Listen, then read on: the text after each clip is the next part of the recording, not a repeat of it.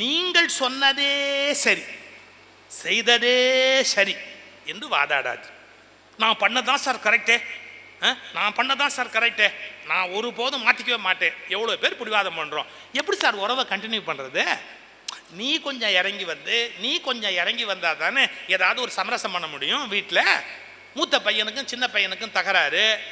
அது மனுஷனுக்கு சார் ஆசை எவ்வளோங்கிறீங்க, மனசு எப்பேற்பட்டது. ஏன் நீங்கள் மனவளக்கலை மன்றம் வரணுங்கிறதுக்காக சொல்கிறேன். என்னுடைய நல்ல நண்பர் ஞான சம்பந்தம் சொல்வார், ஒரு அம்மா கேசரி பண்ணிக்கிட்டு இருந்தாங்களாம் வீட்டில். அந்த கேசரி பண்ணும்போது சுட சுட சுட சுட மூத்த பையன் ரொம்ப பிடிக்கும், வெளியில் விளையாடிக்கிட்டு இருந்தான். அந்த கேசரியை நெய்யோடு அள்ளி அப்படி ஒரு தட்டில் போட்டு இந்த சின்ன பையன் பக்கத்தில் இருந்தான். டே போய் உங்கள் அண்ணன்ட்ட கொடுத்துருவாடா, உங்கள் அண்ணன் சாப்பிட அப்பவே கேட்டான்டா, பசிக்குதுன்னான்டா, போய் கொடுத்துருவாடா அப்படின்னு. அந்த கேசரியை பார்த்தோன்னு தம்பி கேட்டான், இவ்வளோவா? என்ன இவ்வளோவா? சரி அதை நீ வச்சுக்க, நான் உங்கள் அண்ணனுக்கு வேற தரேன். இத்துணுண்டா? அது எப்படி சார் இப்போ இவ்வளோவா இருந்தது இத்துணுண்டா ஆயிடுச்சு? அண்ணனுக்குன்னா அது இவ்வளோவா, உனக்குன்னா இத்துணுண்டா. இதுதான் சார் மனசு. அது எத்தனை கிராம்ங்கிறதெல்லாம் கவலையே கிடையாது. அண்ணனுக்குன்னா இவ்வளோ, உனக்குன்னா இத்துணுண்டு. இதை மாற்ற முடியுமா உலகத்தில்? மனசு பக்குவப்பட்டதானே மாற்ற முடியும். பாருங்க, நாம எதை சரின்னு நினைக்கிறோமோ அது தப்பா போறதுக்கு வாய்ப்பு இருக்கா இல்லையா உலகத்தில்? ஊவே சாமிநாத ஐயர் எவ்வளவு பெரியவர். டாக்டர் ஊவே சாமிநாத ஐயர், தமிழ் வளர்த்த தாத்தா ஊவே சாமிநாத ஐயர். அவர் ஒரு முறை உட்கார்ந்துருந்தார். பார்க்க வந்தவர் என்ன சொன்னாரு, சோறு சாப்பிட்டுட்டு இப்பதான் சோறு சாப்பிட்டு வந்தேன். தமிழ்ல சார் சாதம்னு சொல்ல மாட்டாங்க, சோறுன்னு சொல்லுவாங்க. வடமொழியில சாதம்னு சொல்லுவாங்க. சாதம், பிரசாதம், இதெல்லாம் வடமொழியில யூசேஜ். மன்னிச்சுக்கோங்க, நார்மலா சில பேருக்கு காது எப்படி கேட்குன்னு கேட்டீங்கன்னா, தமிழ்ல சொல்லிட்டாலே அது மட்டம் மாதிரியும், சமஸ்கிருதத்தில் சொல்லிட்டா அது ஒஸ்திங்கிற மாதிரியும் ஒரு மனோவியாதி உண்டு. எடுத்துங்களேன், ஆலயம் அப்படின்னா ஒஸ்தி, திருக்கோயில்னா மட்டம்.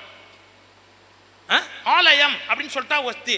புஸ்தகாலயம்னு போடுறான், காதி வஸ்திராலயம்னு போடுறான். அப்போ வஸ்திராலயம் ஒஸ்தியா, புஸ்தகாலயம் ஒஸ்தியா? நமக்கு மனசுல ஒரு நோய். சமஸ்கிருதத்தில் சொல்லிட்டா ஒஸ்தி, தமிழ்ல சொல்லிட்டா மட்டம் அப்படின்னு ஒரு மனோவியாதி இருக்கு. இதுல ஊவேசா அப்படிப்பட்டவர் இல்லை. ஆனா ஃபேமிலி கண்டிஷனிங்னு ஒன்று இருக்கு, ஒரு ஜாதி வழக்கம்னு இருக்கு. அவங்க எப்படி பேசுறாங்களோ அது கல்ச்சர்டா தெரியும், மற்றவங்க பேசுறது கல்ச்சர் கம்மியா தெரியும். அவர் சோறு சாப்பிட்டு வந்தேன்னு சொன்ன உடனே சாமிநாதையர் கேட்டாரு, என்ன நீங்க சாதம்னு சொல்ல மாட்டேளோ? நல்ல அழகான வார்த்தை இருக்கு, சாதம்னு சொல்லப்படாதோ, சோறுன்னு கொச்சையா சொல்றேளே, சோறுன்னு சொல்லணுமான்னு கேட்டாராம். சோறுங்கிற நல்ல வார்த்தை, தமிழ் வார்த்தை. சாமிநாதையருக்கு எதனாலேயும் அப்படி தோணுச்சு, ஃபேமிலி பேக்ரவுண்ட், வேற ஒன்றும் காரணம் கிடையாது. இப்படி சாதம்னு சொல்லலாமே, ஏன் சோறுன்னு இப்படி கொச்சையா சொல்றேள் அப்படின்னு. வந்தவன் மகா கெட்டிக்காரர். உங்க குருநாதர், அவருடைய குருநாதர் யார் தெரியுமா? மீனாட்சி சுந்தரம் பிள்ளை. உங்க குருநாதர் மீனாட்சி சுந்தரம் பிள்ளையை விட நீங்க பெரிய அறிவாளியான்னு கேட்டான். உங்க குருநாதர் மீனாட்சி சுந்தரம் பிள்ளையை விட நீங்க பெரிய அறிவாளியா அப்படின்னு கேட்டான். சாமிநாதையர் பதறிட்டார், எந்திரிச்சார், கையெடுத்து கும்பிட்டார். என்ன பேசுற? எங்க குருநாதருடைய கால் தூசிக்கு நான் ஆக மாட்டேன். பிள்ளைவாள் பிள்ளைவாள் தான் சொல்வார். பிள்ளைவாளை நான் குறைச்சி சொல்லுவாமா? பிள்ளைவாளுடைய அறிவுக்கு முன்னாடி நான் ஒண்ணுமே இல்லையே, என்ன சொல்றேள், எனக்கு புரியலையே என்றார். மீனாட்சி சுந்தரம் பிள்ளை திருவாவடுதுறை மடத்தை பத்தி பாடும்போது சோறு மணக்கும் மடங்கள் எல்லாம்னு பாடியிருக்கிறார். சோறு மணக்கும் மடங்கள் எல்லாம்னு பாடியிருக்கிறார். இந்த பாட்டை சொல்லி உங்க குருநாதர் பிள்ளைவாளு சோறு மணக்கும் மடங்கள் தானே பாடி இருக்கிறார், அது என்ன கொச்சையான்னு கேட்டார். நீங்க நம்ப மாட்டீங்க சார், சாமிநாதையர் சொன்னாராம், என் குருநாதர் பயன்படுத்திய வார்த்தையை பிழை சொன்ன பாவத்தை எங்கு போய் தீர்ப்பது என்று எனக்கு தெரியவில்லை. நான் இப்போது உங்களை நமஸ்கரிப்பதன் மூலமாக என் குருநாதரை நமஸ்கரித்துக் கொள்ளுகிறேன். இதுதான் ஊவேசா சொன்ன வார்த்தை. உடனே ஆஹா, என் குரு பயன்படுத்தின வார்த்தை நான் தப்பா சொல்லிட்டேன், நான் சொல்லியிருக்கப்படாது. எவ்வளவு பெரிய தமிழறிஞர் ஊவேசா, ஆனா உடனே இறங்கிட்டேன் டக்குன்னு. அப்ப என்னங்க அர்த்தம்? நீ சொன்னதே சரி என்று வாதாடாது. மற்றவங்க ஒன்று சொல்றாங்களா, அது என்னன்னு பேஷண்ட் ஹியரி கொஞ்சம் கேள். இப்போ வீட்லயே பிரச்சனை எதனால அங்கே வருது? கணவன் சொல்றத மனைவி காது கொடுத்தே கேட்கறது, மனைவி சொல்றத கணவன் காது கொடுத்தே கேட்கறது இல்லை. நான் லேட்டஸ்டா ஒரு கட்டுரை எழுதியிருந்தேன், ஒரு வார்த்தை எழுதியிருந்தேன். கணவனும் மனைவியும் ஒரே வீட்டில் இருப்பார்கள், ஒரே அறையில் இருப்பார்கள், துரதிர்ஷ்டவசமாக ஒரே படுக்கையிலும் இருப்பார்கள். ஆனால் ஒரே உலகத்தில் இருக்க மாட்டார்கள். ஒரே உலகத்தில் இருக்க மாட்டார்கள். ஏன்? மனைவியோட உலகமே வேற, கணவனோட உலகமே வேற. இந்த ரெண்டு பேரும் வெவ்வேறு கிரகத்திலேருந்து வந்ததால தான் ஓயாம சண்டை. எந்த விஷயத்திலும் அவ சொல்ற ஆங்கிளே வேறையா இருக்கும், இவங்க சொல்ற ஆங்கிளே வேறையா இருக்கும். இப்போ நாங்கள் அன்றைக்கி வெளியூர் போட்டோம் சார். கார் ட்ராவல்ன உடனே என் டிரைவரை கூப்பிட்டு, பிரேக் ஒழுங்காக பிடிக்குதா வண்டி, நீ இந்த இதெல்லாம் எடுத்து வச்சுருக்கிறியாப்பா, ஆர்சி புக்கெல்லாம் எடுத்துக்கிட்டியாப்பா, டீசல் ஃபில்அப் பண்ணு, நடுவுலலாம் வண்டி நிற்கப்படாது, காற்று செக்கப் பண்ணியா. நான் இவ்வளோ கேட்குறேன் சார். நான் அந்த வண்டி கரெக்டாக போகிறதுக்கு கேட்குறேன். நான் பேச விடாமல் என் பொய்ஃப் அங்கேருந்து வந்து எலுமிச்சம்பழம் எடுத்து வச்சியா வீலுக்கு வைக்கிறதுக்கு, அந்த பிள்ளையாருக்கு தேங்காய் உடைக்குன்னு சொன்ன அந்த தேங்காயை நீ எடுத்து வச்சியா, வெட்டியா அரட்டை அடிக்கிறியன்றா. யாரு? எங்கிட்ட பேசுறது வெட்டியா.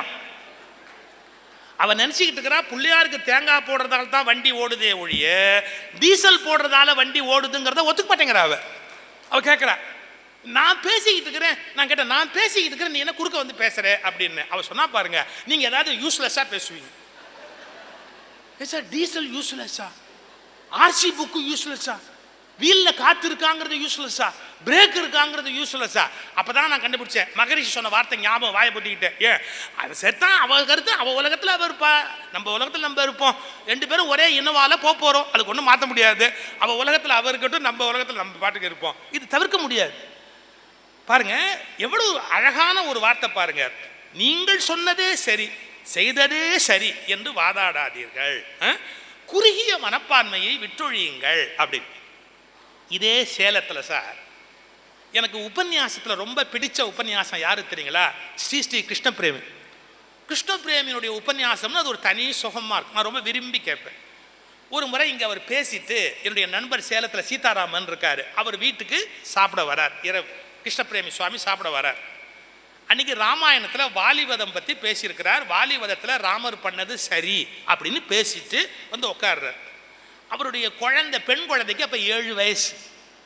அது என்ன பண்ணுது, ஸ்ரீ கிருஷ்ணபிரேமி சுவாமிகளை பார்த்து கேட்குது, மாமா ராமர் பண்ணது தப்பு இல்லைன்னு சொல்லிட்டு வர, அது ரொம்ப தப்பு மாமா, ராமர் பண்ணது தப்பு இல்லையோ. குழந்தை அவ்வளோ பெரிய உபன்யாசகர்கிட்ட உரிமையோட சண்டை போடுது. ராமர் பண்ணது தப்பு இல்லையோ, வாலிய மறைஞ்சிருந்து அம்பு விட்டார், தப்பு இல்லையோ அந்த குழந்தை கேட்கறது. கிருஷ்ணபிரேமி ஒரு மகான்.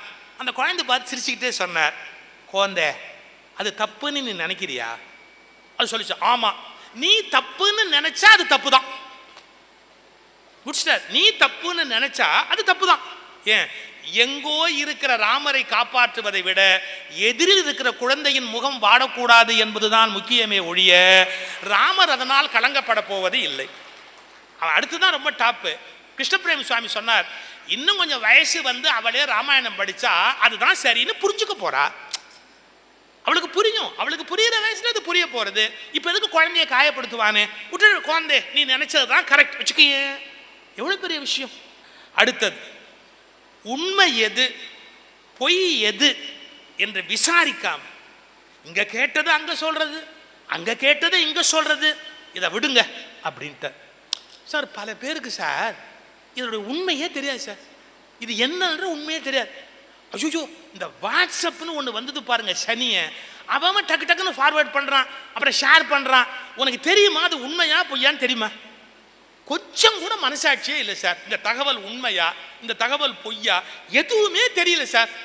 இப்போ மெட்ராஸ்ல எல்லாம் ஒரு வாட்ஸ்அப், நவம்பர் மாதம் ஒரு மழை பெஞ்சு மெட்ராஸே அழிய போகுது, நவம்பர் மாதம் மழை பெஞ்சு மெட்ராஸே அழிய போகுது. அவன் அதுக்குள்ள வீட்டை வித்துட்டு வேற எங்கேயாவது வாங்கலாமான்னு யோசிக்கிறான். இது நமக்கு தெரியுமா? நாம் என்ன வானிலை ஆராய்ச்சி நிபுணரா? ஒரு வாட்ஸ்அப்பில் வந்துவிட்டதாலேயே இன்னொருத்தருக்கு ஷேர் பண்ணலாமா?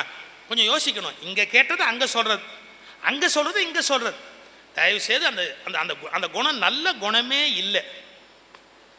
இன்னொரு வகையில் சொல்லட்டுமா? இதே மாதிரி இங்கே கேட்டது அங்கே சொல்கிறதுங்கிற மாதிரியே என்ன புறம் பேசுறது. என்ன புறம் பேசுறது? இப்போ பாப்புலரான ஒரு ப்ரோக்ராம் தமிழ்நாட்டில் போகுதுங்க, நான் ஒரு 2-3 நாள் பார்த்தேங்க, எனக்கு பைத்தியம் முடிச்சு போச்சுங்க. ஏன் தெரியுங்களா? 4 பேர் பேசிக்கிட்டு இருக்கான் சார், ஒரு ஆள் ஏஞ்சி போன உடனே அவனை பற்றி 3 பேர் பேசுகிறான் சார். அதில் ஒருத்தர் ஏஞ்சி போன உடனே அவங்கள பற்றி இந்த 2 பேரும் பேசுகிறான் சார். ஒருத்தம் கூட சார் வேற வேலை வெட்டியே இல்லாம அங்க இல்லாத ஆளை பத்தியே எல்லாரும் பேசிக்கிட்டு இருக்கிறானே ஒழிய வேற விஷயமே பேச மாட்டேங்கிறான் சார்.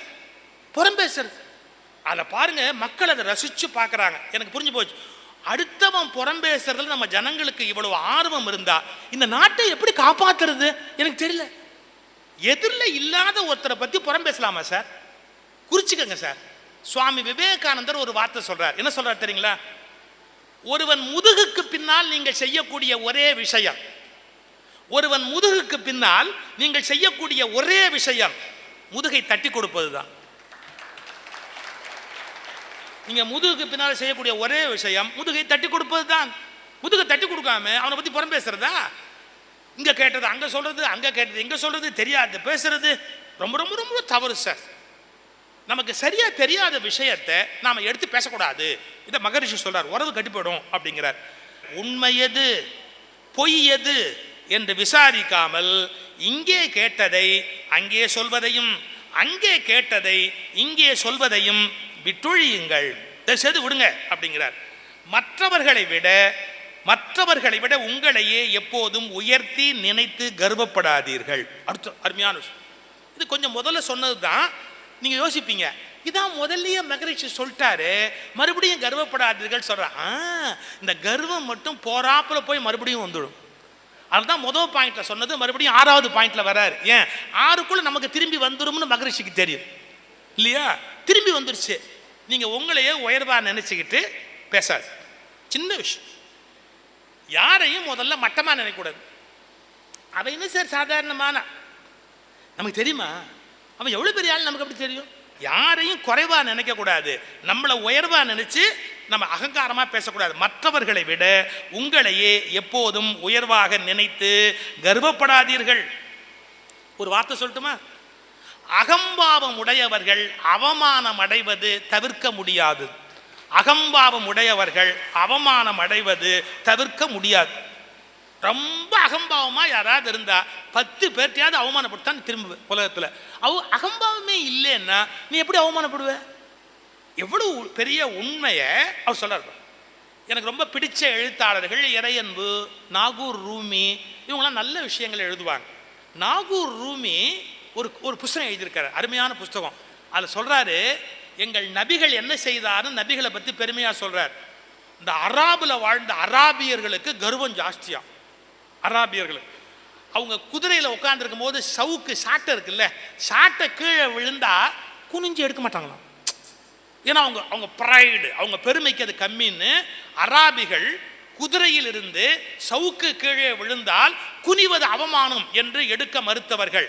அப்படிப்பட்ட கர்வப்படுகிற அராபிகளை 6 வேளை இறைவனுக்கு தொழுகை நடத்து என்று தலை குனிந்து பணிய வைத்தவர் நபிகள் பெருமகனார்.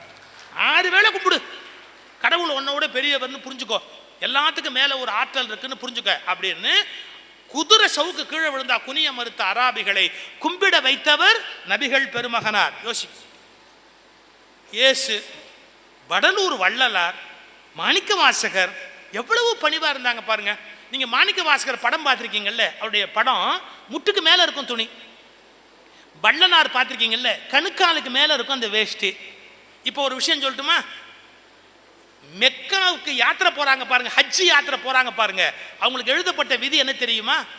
தைக்கப்படாத 2 உடையுடன் வா, தைக்கப்படாத 2 உடையுடன் வா.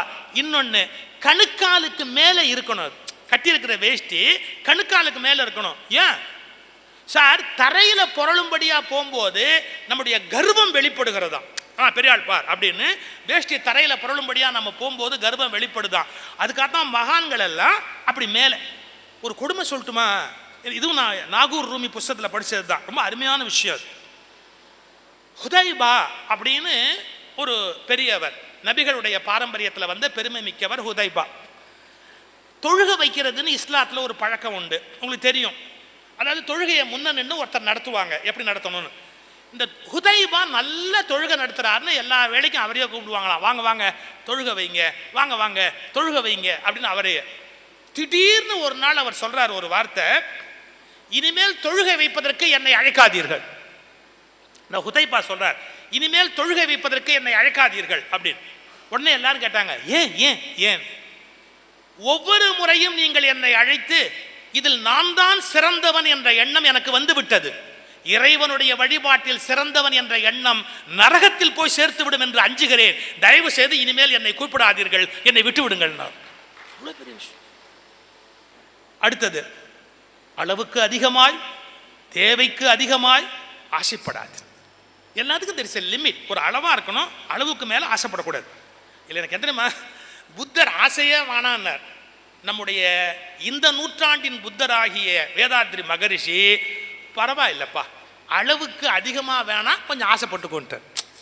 இதுவே நமக்கு அவர் கொடுத்துருக்கிற சலுகை. ஏன்னா புத்தர் ஆசையே படாதீங்க அப்படின்ட்டார். இதை கொஞ்சம் மாற்றி ஒரு அளவுக்கு சம்பாரிச்சுக்கப்பா, ஒரு அளவுக்கு மேலே எதுக்குப்பா அப்படின்னா. இந்த அளவுக்குங்கிற இடத்துல தான் நம்பால் நம்ம வேலையை காட்டுவான். சார் அளவுங்கிறது 40 கோடியா 400 கோடியா சார், 400 கோடியா 4000 கோடியா சார்? இந்த நாட்டில் ஒரு கொடுமை பாருங்க, கோடி கோடி கோடி கோடியா சேர்த்து கூட ஒண்ணுமே அர்த்தம் இல்லைங்கிறத கண்ணால பார்த்ததுக்கு அப்புறமும் மற்றவங்களும் கோடி கோடி கோடி கோடியாவே சேர்க்கணும்னு நினைக்கிறது எவ்வளவு பெரிய கோமாளித்தனம். அப்படியெல்லாம் சேர்த்தவங்க என்ன நிலைமைக்கு ஆனாங்கன்னு கண்ணால பார்த்துட்டோம். அதுக்கு அப்புறமும் நான் எப்படி கோடி கோடி கோடி கோடியா சேர்க்கறதுன்னா ஏதாவது அர்த்தம் இருக்கு? அளவுக்கு அதிகமாய் தேவைக்கு அதிகமாய் ஆசைப்படாது. இது ரொம்ப முக்கியமான விஷயம். இப்போ என்கிட்ட ஒருத்தர் கேட்பார், அளவுன்னா எப்படி சார் கண்டுபிடிக்கிறதுன்னு. நான் இயற்கையோட சொல்லட்டுமா? நம்ம எல்லார் உடம்புலையும் கடவுள் அல்லது இயற்கை ஒரு சில வளைவு நெளிவு வச்சிருக்கு. இந்த கண்ணுக்கிட்ட ஒரு வளைவு, மூக்கு கிட்ட ஒரு எடுப்பு, இதழ்கிட்ட ஒரு வளைவு, கன்னத்துக்கிட்ட ஒரு குழி, காது கிட்ட ஒரு மேடு, கழுத்துக்கிட்ட ஒரு பள்ளம், தாவாக்கட்ட கிட்ட முகடு கிட்ட ஒரு மடிப்பு, இப்படி உடம்புல வச்சிருக்கு. அது மாதிரி செஸ்ட்டு, ஹிப்பு எல்லாத்தையும் ஒரு வளைவு நெளிவு வளைவு நெளிவு இருக்கு. எவ்வளோ அழகா இருக்கு ஒரு உருவம். இப்போ அந்த குறை சொல்ல முடியாது, அவருடைய தோற்றத்தை பாருங்க. உடம்புல சில மேடு பள்ளங்கள் வளைவு நெளிவுகள் ஒரு அழகு தரு, ஆணுக்கும் சரி பெண்ணுக்கும் சரி. ரைட். இப்போ அடுத்த லெவலுக்கு நான் ஒரு யோசனை சொல்றேன். என்ன, இந்த மேடு பள்ளம் தான் அழகுன்னு நினைச்சு காரு டயர், லாரி டயர் எல்லாம் உடம்புல அப்படியே வட்டம் வட்டமா வட்ட வட்டமா நம்ம போட்டுக்கிட்டே போனோம்னா அழகா இருக்குமா? இயற்கை கொடுத்த வளைவு நெளிவுகள் உடம்புக்கு அழகு. நீயா தின்னு விட்டு கார் டயரையும் லாரி டயரையும் உடம்புல கொண்டு வந்தேன்னா அசிங்கம். அதான் அளவுக்கு அதிகமாய். என்ன அளவுக்கு அதிகம்ங்கிறதுக்கு அது ஒரு அடையாளம். நம்முடைய ஷீரடியில ஒரு பெரிய மனிதர் வாழ்ந்தார், ஷீரடி சாயி அப்படி. அவர்கிட்ட ஒரு முறை ஒரு பெரியவர் வரார். அந்த ஷீரடி சாயியை பார்க்கறதுக்காக வரார். அவர் பேரு சகஸ்ரபுத்னு பேர், சகஸ்ரபுத் அப்படின்னு பேர். அவர் வந்து கும்பிட்ட உடனே பாபா சொல்றாரு, இவங்கிட்ட ஜாக்கிரதையா இருக்கணும். யாரு? காலில் விழுந்து கும்பிடுறான் சகஸ்ரபுத்துன்னு ஒருத்தன். இவங்கிட்ட ஜாக்கிரதையா இருக்கணும். யாருக்கும் ஒன்றும் புரியல. அவரும் அப்படியே பதறி போய் நிமிந்து பார்த்து, பாபா என்ன சொல்றீங்க என்ன? இவன் என்ன ஐடியால என்னை கும்பிடுறான் தெரியுமா? என்ன, எவ்வளவு சீக்கிரத்தில் இவனை விரட்டிட்டு இந்த இடத்துல நாம உட்காரலான்ற ஐடியால கும்பிடுறான். அவர் என்ன வந்தார்னா, இந்த பாபா செய்கிற டெக்னிக்கெல்லாம் பார்த்து இதெல்லாம் நம்ம கற்றுக்கிட்டு ப்ராக்டிஸ் பண்ணால் உலகம் நம்மளை கும்பிடுமேன்ற எண்ணத்தில் வந்திருக்கிறார். பாபா சொல்றார், வந்து விழுந்த உடனே இவன் என்ன ஐடியாவில் வர்றான்னா, எவ்வளவு சீக்கிரம் இவனை விரட்டிவிட்டு இந்த இடத்துல இவன் உட்காரலாம் அப்படிங்கிற எண்ணத்தில் கும்பிடுறான். அவர் கையெடுத்து கும்பிட்டார், பாபா மன்னிக்கணும், எனக்கு அந்த எண்ணம் தோணுனது உண்மைதான், ஆனால் உங்களை விரட்டிட்டுன்னு அர்த்தம் இல்லை, நமக்கு என்னைக்கு இந்த உலகம் நம்மளை கும்பிடும் அப்படின்னு. அவர் சிரிச்சுக்கிட்டே சொன்னார், அதுக்கு ஒரு காலம் வரணும்டா, அதுக்கு ஒரு தகுதி வரணும்டா, அதுக்கு ஒரு காலம் வரணும், அவசரப்படாது அவசரப்படாது. அவன் வர்றதை தப்புன்னு சொல்லலை, ஆனால் மனசில் அந்த எண்ணம் இருக்கு பார்த்தீங்களா, அளவுக்கு அதிகமாய் தேவைக்கு அதிகமாய், அது மிகப்பெரிய ஆபத்தில் போய் முடியும். அடுத்தது, எல்லோரிடத்திலும் எல்லா விஷயங்களையும் அவர்களுக்கு சம்பந்தம் உண்டோ இல்லையோ சொல்லிக்கொண்டே இருக்காதீர்கள். அதாவது அது அவசியமா அவசியம் இல்லையா, எல்லோரிடத்திலும் எல்லா விஷயங்களும் அவர்களுக்கு சம்பந்தம் உண்டோ இல்லையோ சொல்லிக்கொண்டு இருக்காதீர்கள். ரொம்ப முக்கியமான விஷயம். நீங்க சம்பந்தம் இல்லாதவங்க கிட்ட போய் அந்த விஷயத்தை, ஒரு சின்ன உதாரணம் சொல்ல அடுத்த விஷயத்துக்கு போயிடுறேன். ஒரு தடவை சார் நான் உட்காந்துருந்தேன் ரயிலில், எனக்கு எதிரில் ஒரு அம்மா உட்காந்துருந்தாங்க. நானும் அவங்களும் யார் சார், ரயிலில் எனக்கு எதிரில் பயணம் பண்ணுறாங்க. யாரையோ ஃபோனில் லெஃப்ட் அண்ட் ரைட் வாங்குறாங்க, கண்ணோ பின்னான்னு திட்டுறாங்க. அந்த ட்ரெயினில் எல்லாருக்கும் கேட்குது, அவங்க பாட்டுக்கு லெஃப்ட் அண்ட் ரைட் வாங்குறாங்க. ஃபோனை வச்சுட்டு டக்குன்னு என்னை பார்த்து சொல்கிறாங்க, அவனுக்கு அறிவே இல்லை, அவன் பாட்டுக்கு பேசிக்கிட்டே இருக்கிறான். இவனெல்லாம் இந்த உலகத்தில் எவ்வளோ மோசம் தெரியுமா, 1 லட்சம் ரூபாய் என்கிட்ட வாங்கிட்டு அவன் கொடுக்கவே இல்லை, திருட்டு பையன். அவங்க புராணம், அவங்க கதை, அவங்க ஏமாந்த கதை, ஊர் எனக்கு தேவையா அதெல்லாம்? நான் யாரு, அவங்க யாரு? நான் சொன்னேன், அம்மா ஒரு நிமிஷம், நான் யாரோ நீங்கள் யாரோ, எதுக்குமா உங்களுடைய வரலாறெல்லாம் என்கிட்ட சொல்லிக்கிட்டு இருக்கிறீங்க? சொல்ல முடியாத வரலாறுலாம் சொல்கிறாங்க சார். அவங்க குடும்பத்தில் யாரோ ஓடி போயிட்டாங்களாம். எனக்கு எதுக்கு அது? நான் கூட்டிகிட்டு போகல, அவங்க குடும்பத்தில் யாரோ ஓடிப்பிட்டாங்களாம். அதெல்லாம் விவரமாக சொல்லி என்கிட்ட பேசுகிறாங்க. மன்னிச்சுக்கோங்க, சில பேர்கிட்ட ஒரு குணம் என்னன்னு கேட்டிங்கன்னா, எங்கே ஷட்டர்ஸ் மூடணும்னு தெரியாது. இவற்றை இதெல்லாம் சொல்லணுமா சொல்ல வேண்டாமா அப்படிங்கிற எல்லை இல்லாமல் சம்பந்தம் இல்லாத விஷயத்தை பேசிக்கிட்டே இருப்பாங்க. அடுத்தது, கேள்விப்படுகிற எல்லா விஷயங்களையும் நம்பி விடாது. நிறைய தப்பு தப்பாக நம்பி தான் சார் நம்ம சிக்கலுக்கு உள்ளாயிட்டு. தப்பு தப்பாக நம்புகிறோம் சார், எதையும் ஆராய்ச்சி பண்ணுறதே இல்லை சார். சரியா உண்மையா? எனக்கு ஏன் பாரதியை பிடிக்கும் தெரியுங்களா? மகாகவி பாரதியாரை ஏன் பிடிக்கும் தெரியுங்களா? அவன் இந்து மதத்தில் ஆர்வம் உடையவன் சார். எல்லா கடவுளையும் பாடினான் சார். ஆனால் கடைசியாக சார் சொல்ல வேண்டிய விஷயத்தை அப்படியே பட்டவர்த்தனமாக சொல்லிட்டு போயிட்டான் சார். ஒரு பாட்டு இருக்கு, நீங்கள் படிச்சிருக்கீங்களா? கடலினை தாவும் குரங்கும். இது ராமாயண கதை சொல்கிறான். அந்த நாகர்லோகத்துக்கு போன பீமன் அவனை பற்றி சொல்கிறான், மகாபாரத கதை. இந்த கதையெல்லாம் சொல்லிட்டு சார், அதாவது நம்முடைய புராணங்கள் சொன்ன எல்லா கதையும் அப்படியே சொல்லிட்டு சார், நான் சொல்கிறது என் வார்த்தை இல்லை, பாரதியாருடைய வார்த்தை. நன்று புராணங்கள் செய்தார். நிறைய புராண கதை பண்ணாங்க. நன்று புராணங்கள் செய்தார், அதில் நல்ல கவிதை பல பல தந்தார். நிறைய நல்ல கவிதை பல பல தந்தார். அடுத்த வார்த்தை, கவிதை மிக நல்லதேனும். கவிதை ரொம்ப பிரமாதமாக இருந்தாலும் உடைக்கிறான் பாருங்க, அக்கதைகள், அந்த கதைகள் பொய் என்று தெளிவுற கண்டோம். பொய்யிடா. இப்போ நான் இந்து மதத்தில் இருந்துகிட்டு இந்து மத புராணங்கள் பொய்ன்னு சொன்னா எவ்வளவு பேர் கோபம் வரும்? அதெல்லாம் நீ எப்படி இப்படி பேசுறது அப்படின்னா, பாரதி சொல்லி இருக்கிறாருப்பா, புராணங்களை ஒரு அளவு தான் எடுத்துக்கணும். புராணத்தில் சொன்ன எல்லாமே உண்மையா இருக்க முடியாது. there is a limit for it. புராணத்தில் சொல்லப்பட்டது கொஞ்சம் கற்பனை, கொஞ்சம் மிகை, எல்லாம் சேர்த்து சொல்லுவாங்க. அது சீரியஸாக அப்படியே பிடிச்சிக்கிட்டு அதுலேயே சண்டை போட்டுக்கிட்டு, இப்போ ராமர் கதையை படித்தவன், கிருஷ்ணர் கதையை படித்தவன், சிவன் கதையை படித்தவன், சிவபெருமான் தான் பெரியாள், இல்லை ராமர் தான் பெரியாள், இல்லை பெருமாள் தான் பெரியாள். எவ்வளவு காலம் இந்த குழந்தைத்தனமான விளையாட்டு விளையாடுறது? நன்று புராணங்கள் செய்தார், அது நல்ல கவிதை பல பல தந்தார். புரிஞ்சுக்கணும், கவிதை மிக நல்லதேனும், அந்த கதைகள் பொய் பொய் பொய் பொய் என்று தெளிந்தோம். பாரதி எப்படி சொல்றான் பாருங்க. புராணத்தை என்ஜாய் பண்ணணும், there is a limit, ஒரு லெவலோட நிறுத்திடணும். முழுசாக அதை பிடிச்சிக்கிட்டு சண்டை போடக்கூடாது. எனக்கு தெரிஞ்சு சார், இந்த உலகத்தில் யாரும் பயன்படுத்தாத ஒரு வார்த்தையை பாரதி பயன்படுத்தினார். என்ன தெரியுங்களா? தீய பக்தி இல்லாதவர்னர். பக்திக்கு தீயன்னு அடைமொழி போட முடியுமா? தீய பக்தி இல்லாதவர்னு ஒரு வார்த்தையை உலக வரலாற்றிலேயே பயன்படுத்தின ஒரே ஆள் மகாகவி பாரதி. தீய பக்தி. ஏன்? உண்மை சார். இன்னைக்கு யார் சண்டை போட்டுக்கிறா? ஒரு மதத்தில் நம்பிக்கை உள்ளவன், இன்னொரு மதத்தில் நம்பிக்கை உள்ளவன், இந்த சாமியை கும்பிடுறவன் அந்த சாமியை கும்பிடுறவனை வேரோடு அழிக்கணும்ன்றான். அந்த சாமியை கும்பிடுறவன் இவன் குடும்பத்தோட இவனை நாசமாக்கணும் அப்படிங்கிறான். உலகம் முழுக்க எதனால பிரச்சனை, சண்டை, போர் எல்லாம் எதனால? இந்த சாமியை கும்பிடுறவன் அந்த சாமியை கும்பிடுறவனை விரோதியா நினைக்கிறான், அந்த சாமியை கும்பிடுறவன் இந்த சாமியை கும்பிடுறவனை விரோதியா நினைக்கிறான். எப்ப சமாதானம் வரும்? இந்த புராணங்கள்லாம் ஒரு எல்லையோட முடிஞ்சு போச்சு அப்படின்னு கண்டுபிடிக்கணும். எவ்வளவு அழகா சொல்ல பாருங்க. கேள்விப்படுகிற எல்லா விஷயங்களையும் நம்பி விடாது. சும்மாவும் 1000 சொல்வான், எதையும் நம்பிடாது. நீங்க நல்லா யோசிச்சு பார்த்து முடிவுக்கு வாங்க அப்படின்னு. அற்ப விஷயங்களை பெரிதுபடுத்தாதீர்கள். அற்ப விஷயம் சார், எவ்வளவு சண்டை போடுறான் தெரியுமா மனுஷன்? நாங்க மரபுல சார் திருநெல்வேலி வேளாளர்கள் எங்களுடைய மரபு. தஞ்சாவூர்ல எங்களை மாதிரி வேளாளர்கள் இருக்காங்க, தஞ்சாவூர் பிள்ளைமார்னு பேர். இது ரெண்டு சம்பந்தம் பண்ணா என்ன சார் நஷ்டமாயிட போகுது? திருநெல்வேலி வெள்ளாள, தஞ்சாவூர் வெள்ளாள. நான் ஜாதி பார்த்தியே பொண்ணு கொடுக்கல, அது வேற விஷயம். நான் பகுத்தறிவுவாதியும் அல்ல, நான் ஜாதிக்கு விரோதமான எந்த ஏற்பாடும் பண்ணதல்ல. ஆனால் நான் திருமணம் செய்த போது என் பெண்களுக்கு ஜாதி பார்த்து திருமணம் செய்யவில்லை. நான் பெண்களுக்கு ஜாதி பார்த்து திருமணம் செய்யவில்லை. எங்க வீட்டில் வடலூர் வள்ளலார் படமும் கிடையாது, தந்தை பெரியார் படமும் கிடையாது. ஆனால் ஜாதியில் எனக்கு நம்பிக்கை இல்லை. என்ன பொறுத்தவரைக்கும் எனக்கு நம்பிக்கை கிடையாது. ஏன் சொல்ல வரேன்னா, நம்ம அனுபவிக்கிற கருத்துக்களை தான் உலகத்தில் ஷேர் பண்ணணும். ஆனால் சில சின்ன சின்ன வருமானம் ஏப்பா கூடப்பா, தஞ்சாவூர் பிள்ளைமாரு திருநெல்வேலி பிள்ளைமாரு எவ்வளோ காலம் இப்படி பிரிஞ்சிருக்க போறீங்க, கொடுங்கப்பா அப்படின்னு. ஒரு கல்யாணம் நின்று போச்சு சார். அதாவது தஞ்சாவூர் புள்ளமாரில் சீர் பண்ணும்போது முறுக்கு சைஸ் வேறையா இருக்குமா. அதாவது 3 சுத்து போட்டு முறுக்கு வச்சாங்க சார். ஒரு பாட்டி வந்தது சார், அது இப்படி முறுக்க பார்த்தது, அது ஏற்கனவே முறுக்கிட்டு நிற்கிது.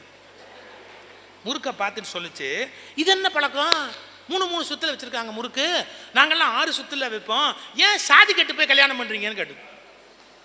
முறுக்குல சாதி இருக்கான், ஏன் இப்படி சாதி கட்டு போய் கல்யாணம் பண்றீங்க? நான் சொன்னேன், நீ முறுக்கே திங்க முடியாது, அந்த பாட்டிக்கு பல்லே கிடையாது, அது முறுக்கே திங்க போறதே கிடையாது. அது சொல்லுது 6 சுத்து முறுக்கு இருக்கணும்ல, நம்ம சாதி வழக்கம்னு ஒன்று இருக்குல்ல, 6 சுத்து முறுக்கு இருக்க வேண்டாமா? நான் சொன்னேன், 2 தின்னு தொலையன், 2 தின்னு தொலையன், 3 சுத்து முறுக்க 2 தின்னு தொலையன், இதுக்கு ஒரு 6 சுத்துன்னு கல்யாணத்தை நிறுத்தணுங்குது சார். அது நம்ம சாதி வேற, அவங்க சாதி வேற, நம்ம பழக்கம் வேற, அவங்க பழக்கம் வேற, நிறுத்து. அதுக்கு தான் மகரிஷி சொன்னார், அற்ப விஷயங்களை பெரிதுபடுத்தாது. அடுத்தது, உங்கள் கருத்துக்களில் உடும்பு பிடியா இல்லாமல் கொஞ்சம் தளர்த்தி கொள்ளும். ஒரு சொத்து இருக்குது சார், ஒரே சொத்துக்கு மூத்த மகனும் 2வது மகனும் கேட்கறான், எனக்கு அதான் வேணும், எனக்கு அதான் வேணும், எனக்கு அதான். டேய், அதை பாதியா சவுறு கட்டினா வீடு வீணா போடும்டா, என்ன பண்ணலாம், 2ல் 1 பண்ணுங்கடா, இடிச்சுட்டு ஃபிளாட் கட்டுங்கடா, போங்கடா. இடிக்க கூடாது. அப்போ ஒன்று பண்ணுங்கடா, வித்து விடுங்கடா, வித்து விட்டு வேற இடத்துல 2 பேரும் வாங்கி கட்டிங்கடா. முடியாது, விற்க முடியாது. சரி, யாராவது ஒருத்தர் கொஞ்சம் விட்டு கொடுத்தாருன்னு சொல்ல முடியும். இது மொத்தமாக ஒருத்தர் எடுத்துக்கடா, இப்போ நான் 2 பேருக்கு பிரித்து கொடுத்தா கூட இந்த காஸ்ட் எவ்வளவோ அதை ஒருத்தர் இன்னொருத்தர் கொடுத்துருங்கடா, யார் வச்சுக்கிறியா அவன் கொடுத்துடுறா, அவன் வேற இடத்துல ஒன்று வாங்கிக்கட்டும், நல்லதாக வாங்கிக்கட்டும். ஏதோ ஒரு முடிவுக்கு வரணுமா இல்லையா? முடியவே முடியாது. 2 பேருக்கு சமமாக வேணும்னு கேட்டால் எப்போ முடிவுக்கு வருது? உடும்பு பிடியா இருக்கக்கூடாது சார். ஒரு சின்ன உதாரணம் சொல்லி அடுத்ததுக்கு போயிடுறேன். மகாபாரத்தில் கிருஷ்ணன் தூது போகும்போது கடைசியாக கிருஷ்ணர் என்ன பண்ணுறாரு, லாஸ்ட் பிட்டு ஒன்று விட்டார். கடைசி பிட்டு விட்டார். என்ன தெரியுங்களா? பாதி நாடு குடு அப்படின்னார். கொடுக்க முடியாது. 5 ஊர் குடு, 5 ஊர் குடு, முடியாது. 5 கிராமம் குடு, 5 கிராமம் குடு, முடியாது. இப்ப லாஸ்ட் பிட்டு கிருஷ்ணர் அடிக்கிறார் சமாதானமா போறதுக்காக. என்ன? 5 ஊடு குடு. அர்ச்சனாபுரத்தில் இந்த பஞ்சபாண்டவர்கள் இருக்கிறதுக்கு 5 வீடு கொடு. ஏன் சார், இது துரியோதனுக்கு கஷ்டமா சார்? 5 வீடு கொடுன உடனே ஹவுசிங் போர்டு வீடா பார்த்து 5 அலாட் பண்ணா நாமளா க்ளோஸ் பண்ண வேண்டிய அவசியம் கூட கிடையாது, அவனுங்களே போட்டுட்டு போடுவாங்க இல்லையா? ஹவுசிங் போர்டு வீடா பார்த்து 5 வீடு அலாட் பண்ணி உட்காருங்கடா போங்கடா விட்டுடலாம் இல்ல. இந்த துரியோதனம் பாருங்க என்ன சொன்னா தெரியுங்களா? ஊசி முனை நிலம் கூட இல்லை, ஊசி முனை நிலம் கூட இல்லைன்னா அவன் என்னன்னா செத்து சுண்ணாம்ப போய் கடைசியில் நிலத்துக்கு கீழே போயிட்டான். இதைத்தான் மகரிஷி சொல்றார், என்ன உங்கள் விஷயத்தில் உடும்பு பிடியாக இராதீர்கள். கொஞ்சம் துரியோதனை விட்டு கொடுத்துட்டான்னா துரியோதனனுக்கு மரணம் இல்லை, பாரத போர் இல்லை, எவ்வளவு காலம் வாழ்ந்திருக்கலாம். மன்னிச்சுக்கங்க சார், சொத்துக்காக அண்ணன் தம்பி யாராவது கோர்ட்டுக்கு போயிருந்தீங்கன்னா இன்னைக்கு மகரிஷி சன்னதிக்கு வந்திருக்கிறீங்க, அதை விட்டு கொடுத்துட்டு நீங்களே உட்காந்து சமாதானமா பேசு. நீங்க மட்டும் விட்டு கொடுக்காம சண்டை போட்டீங்கன்னா அந்த சொத்தை வக்கீல் வாங்கி வீடு கட்டிடுவார். எதுக்கு தேவையில்லாம யாருக்கும் அந்த வீடு போகணும்? நீங்க உட்காந்து பிரிச்சு கூடாத, நம்ம அண்ணன் தானே எடுத்துக்கணும், நம்ம தம்பி தானே எடுத்துக்க, போ 10 ரூபா போனா போயிட்டு போகுது, போ வரக்கூடாத, உடும்பு பிடியா இருக்கக்கூடாது. அடுத்தது, மற்றவர் கருத்துக்களை செயல்களை நடக்கின்ற நிகழ்ச்சிகளை தவறாக புரிந்து கொள்ளாதீர்கள். மற்றவர் கருத்துக்களை செயல்களை நடக்கின்ற நிகழ்ச்சிகளை தவறாக புரிந்து கொள்ளாதீர்கள். அப்புறம் மற்றவர்களுக்குரிய மரியாதை காட்டவும் இனிய இதமான சொற்களை பயன்படுத்தவும் தவறாதீர்கள். மற்றவர்களுக்குரிய மரியாதை காட்டவும் இனிய இதமான சொற்களை பயன்படுத்தவும் தவறிவிடாது.